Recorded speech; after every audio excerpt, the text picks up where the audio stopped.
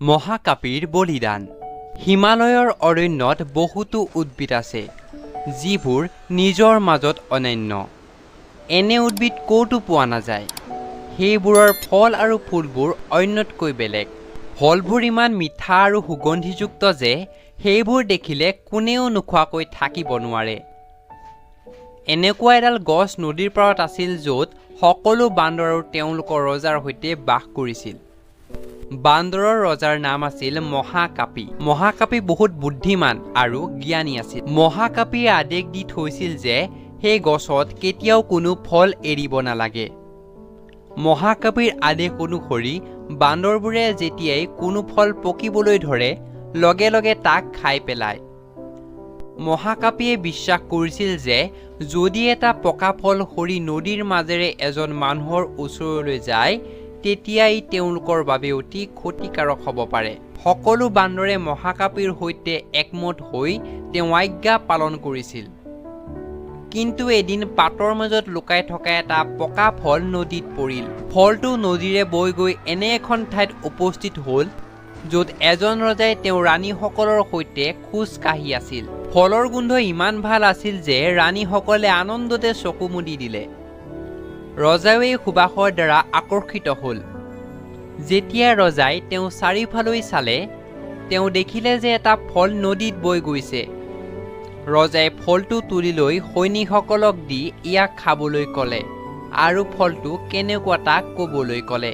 এজন সৈন্যই ফলটো খালে আৰু ক'লে যে ই বৰ মিঠা। ইয়াৰ পিছত ৰজাইও ফলটো খালে আৰু আনন্দিত হৈ উঠিল। তেওঁ সৈনিকসকলক ফলটো অহা গছজোপা বিচাৰি উলিয়াবলৈ আদেশ দিলে। বহুত কঠোৰ পৰিশ্ৰমৰ পিছত ৰজাৰ সৈন্যসকলে গছজোপা আৱিষ্কাৰ কৰিলে। তেওঁলোকে নদীৰ পাৰত সেই ধুনীয়া গছজোপা দেখিলে তাত বহুতো বান্দৰ বহি আছিল। সৈন্যসকলে এইটো ভাল নাপালে আৰু এটা এটাকৈ বান্দৰবোৰক হত্যা কৰিবলৈ আৰম্ভ কৰিলে। বান্দৰবোৰক আঘাতপ্ৰাপ্ত হোৱা দেখি মহাকাপিয়ে বুদ্ধিমত্তাৰে কাম কৰিলে। তেওঁ গছ আৰু পাহাৰৰ মাজত দলঙৰ দৰে বাঁহৰ লাঠি এডাল ৰাখিছিল। মহাকাপিয়ে সকলো বান্দৰক গছ এৰি পাহাৰৰ সিপাৰে যাবলৈ আদেশ দিলে।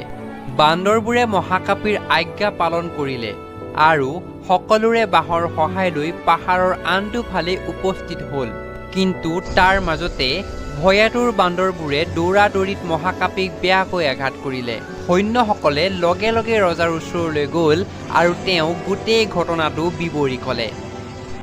ৰজা মহাকাপিৰ বীৰত্বত অতি সন্তুষ্ট হ'ল আৰু চিপাহীসকলক মহাকাপিক লগে লগে প্ৰসাদলৈ আনিবলৈ আৰু তেওঁক চিকিৎসা কৰাবলৈ আদেশ দিলে। চিপাহীসকলেও তেনেকৈয়ে কৰিলে। কিন্তু মহাকাপিক প্ৰসাদলৈ অনাৰ সময়ত সি মৰি থাকিল। কাহিনীটোৰ পৰা নীতি শিক্ষা। বীৰত্ব আৰু জ্ঞানে আমাক ইতিহাসৰ পৃষ্ঠাত ৰাখে। একে সময়তে এই কাহিনীটোৱে আমাক শিকায় যে প্ৰতিটো কঠিন সময়ৰ বিবেকেৰে কাম কৰিব লাগে। ভাইটি ভণ্টিসকল, এই সাধুটো হৈছে জাতকৰ কাহিনী পৰা লোৱা এটি মহাকাপিৰ বলিদান নামৰ সাধু। তোমালোকে সাধুটো শুনি নিশ্চয় ভাল পালা। আমি লগ পাম আৰু এটা সুন্দৰ সাধুৰেৰে। তেতিয়ালৈকে আমি আহিছোঁ দেই।